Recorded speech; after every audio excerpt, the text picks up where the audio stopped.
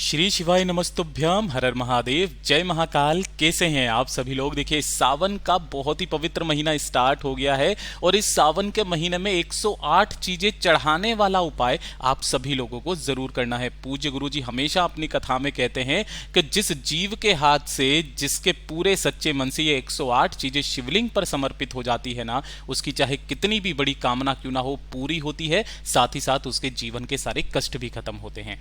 पूज्य गुरु जी की कथा से सुनकर और समझकर सभी चीजों को बहुत आसान भाषा में आपको बताऊंगा, परंतु उससे पहले आप सबसे एक छोटी सी प्रार्थना। जो लोग पहली बार आए हैं, चैनल को सब्सक्राइब जरूर करें और वीडियो को लाइक करके देवादिदेव महादेव का कोई सा भी प्यारा नाम कमेंट बॉक्स में लिखना मत भूलिएगा। काफी सारे लोग परेशान हैं, कंफ्यूजन में है कि भैया जो 108 चीजें हैं वो कौन सी चीजें हमें लेनी है, किस दिन चढ़ानी है, एक एक करके चढ़ाएं या पूरी एक साथ चढ़ाएं, क्या पूरे सावन के महीने में चढ़ाएं, अगर हम मंदिर नहीं जा सकते हैं तो घर पर किस तरीके से हम लोग करेंगे, इन सब के बारे में आज के इस वीडियो में बात करेंगे। तो पूरा वीडियो अंत तक जरूर देखिएगा, बहुत ही ज्यादा खास और विशेष होने वाला है। सबसे पहले तो आप सभी लोगों को सावन के इस पवित्र महीने की बहुत बहुत शुभकामनाएं।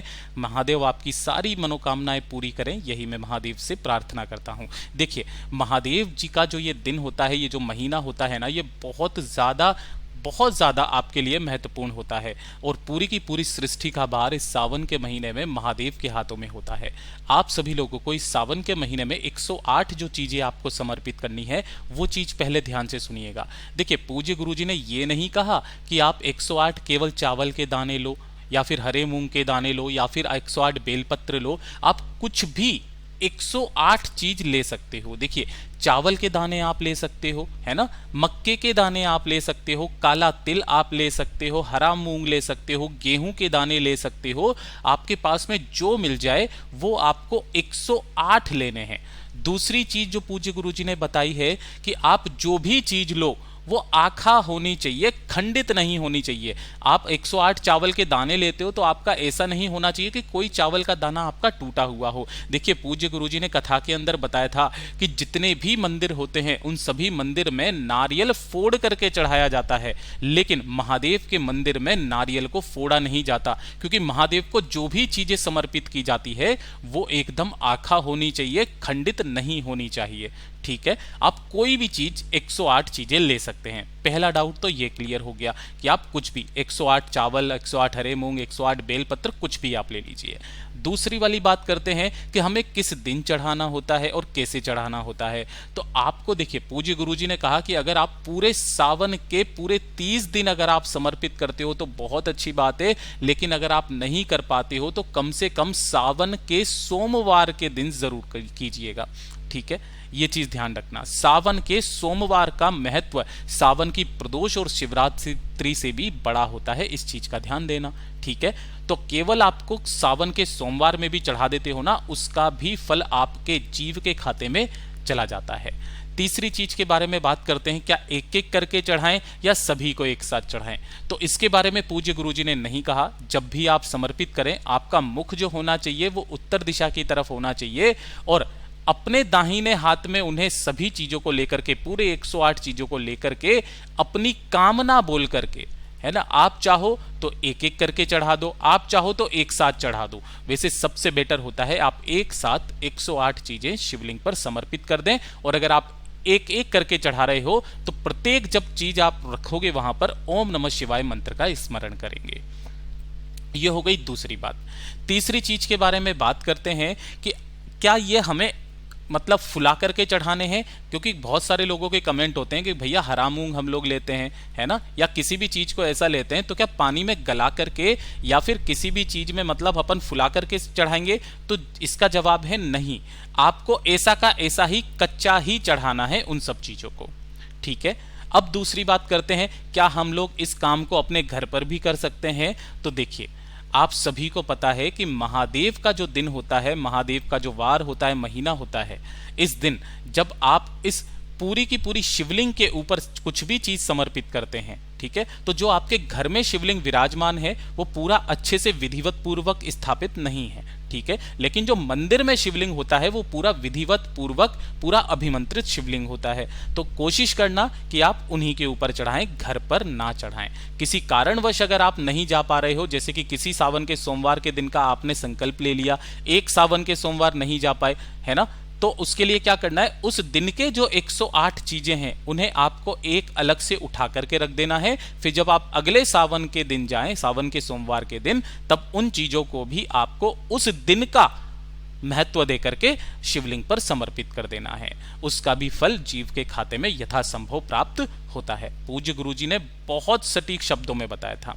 तीसरी चीज कि आपको इस सावन के महीने में क्या करना है, 2 लोटे कलश, है ना, 2 लोटे ले लो या 2 पात्र ले लो, इन दोनों का जल शिवलिंग पर एक साथ जरूर समर्पित करना है। सभी दिन समर्पित नहीं कर सकते हो तो जो भी सावन के सोमवार आए, एक साथ 2 लोटे जल का क्रम मत भूलिएगा। पूज्य गुरुजी ने कहा कि जब आप इस जल को शिवलिंग पर समर्पित करते हो, अपने घर का जल, तो आपके घर के जितने भी दोष होते हैं, कष्ट होते हैं, बीमारियां होती हैं, तकलीफें होती हैं, वो सभी की सभी खत्म हो जाती है। ठीक है, यहां तक बात कर ली है। लगता है आपके सारे डाउट धीरे धीरे करके क्लियर हो रहे हैं। अब बात करते हैं सबसे महत्वपूर्ण चीज के बारे में। देखिए, सावन का जब भी पहला दिन आ जाए तब आपको एक छोटा सा उपाय करना है। जो भी आप बेलपत्र लोगे, इस बेलपत्र के ऊपर एक चंदन की बिंदी लगाकर, है ना, चाहे लाल चाहे पीला, सीधे हिस्से की तरफ, जो चिकना हिस्सा होता है उसके तरफ, और उसी के ऊपर एक चावल का दाना रख करके आपको शिवलिंग पर अपनी कामना कह करके समर्पित करना है। कि जिस कामना के लिए आप भोले बाबा की मंदिर में जाते हो, उनका अनुमोदन करते हो, उसको ऐसे समर्पित करना कि डंडी जलाधारी की तरफ रहे, बीच वाली पत्ती का मुख आपकी तरफ रहे। और दूसरी चीज पूज्य गुरुजी ने कहा कि आपको क्या करना है कि जब भी आप शिवलिंग के पास में जाएं या मंदिर जाएं ना, तो आपको इस सावन के महीने में महादेव के मंदिर की सफाई करना बहुत ज्यादा जरूरी होता है। मतलब इसका इतना बड़ा महत्व है महाराज कि जो आप मंदिर की सफाई करते हो ना, आपके जीवन के जितने भी दुख होते हैं, कष्ट होते हैं, उन सबका सफाया महादेव यथासंभव करता है। दूसरी चीज, बेलपत्र पेड़ के नीचे भी आपको सफाई रखनी है। अगर आपके घर में बेलपत्री का पेड़ लगा हुआ है तो आपको उस बेलपत्र पेड़ के नीचे डेली एक दीपक जरूर लगाना है महादेव जी के नाम का, शाम के समय प्रदोष काल में। सावन के महीने में बेलपत्र पेड़ के नीचे इस एक दीपक को, अगर आपके घर में बेलपत्र लगा हुआ है, मंदिर में है, कहीं पर भी है, तो जब भी कोशिश हो इस सावन के महीने में प्रदोष काल के बाद बेलपत्र पेड़ के नीचे जो व्यक्ति रोशनी कर देता है ना, उसके जीवन में सदैव प्रकाशमय रहता है। ठीक है, तीसरी चीज, चौथी चीज, पांचवी चीज, ये भी हो गई कंप्लीट। अब बात करते हैं दूध की। तो बहुत सारे व्यक्ति ऐसे होते हैं ना जो कि दूध कैसे भी करके समर्पित कर देते हैं, पैकेट वाला दूध लेकर के आ जाते हैं, भैंस का ले लेते हैं, कुछ भी ले लेते हैं। देखिए, इस सावन के महीने में गलती मत कर देना, एक छोटा सा काम जरूर कर लीजिएगा। जो दूध देने वाला होता है ना, उससे पहले से ही बोल दो कि भैया हमें कच्चा दूध चाहिए, और किसका चाहिए, गाय का दूध।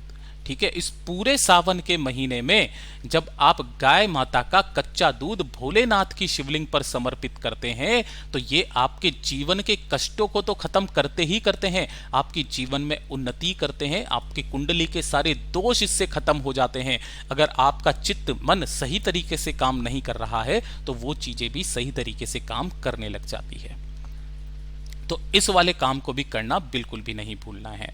अगली वाली बात कर लेते हैं कि जब भी आप महादेव की शिवलिंग के पास में जाएं, तब आप क्या करते हैं, महादेव की शिवलिंग पर त्रिपुंड लगाते हैं, सब कुछ करते हैं। लेकिन इस सावन के महीने में जो बेल का फल होता है, उस बेल के फल की जो भस्म होती है, किस तरीके से तैयार करनी है, उसके लिए मैंने एक वीडियो पहले से ही बना दिया है। उस भस्म से आपको इस शिवलिंग का जो व्यक्ति श्रृंगार करके एक लोटा शुद्ध जल समर्पित करता है ना, उसकी चाहे कितनी भी बड़ी कामनाएं क्यों ना हो, पूरी जरूर होती है। और अगर आपका भाग्य, आपकी तकदीर आपका साथ नहीं दे रही है, असफलता हासिल हो रही है, तो अपने दाहिने हाथ की जो 3 उंगलियां होती है, अंगूठा और छोटे वाली उंगली को छोड़ करके, जब आप उस भस्म से यहां पर त्रिपुंड का निर्माण करेंगे, तो त्रिपुंड निर्माण की भी एक विधि होती है। जो नीचे की दोनों उंगलियां हैं, इन दोनों उंगलियों से पहले आपको 2 लाइन यहां पर बनानी है।